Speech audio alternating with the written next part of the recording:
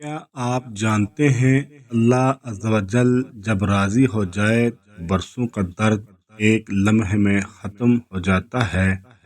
انسان تھک جاتا ہے دعائیں کرتے کرتے، صبر کرتے کرتے اور لوگوں سے امید لگاتے لگاتے، مگر یاد رکھیں اللہ عز و جل وہ ذات ہے جو خاموش آنسو بھی دیکھتا ہے اور ٹوٹا ہوا دل بھی سنتا ہے۔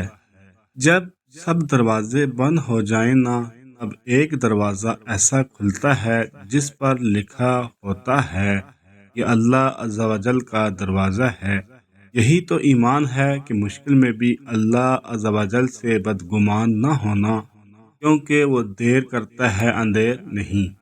شاید آج نہیں مگر اللہ عز و جل کی مدد ضرور آئے گی۔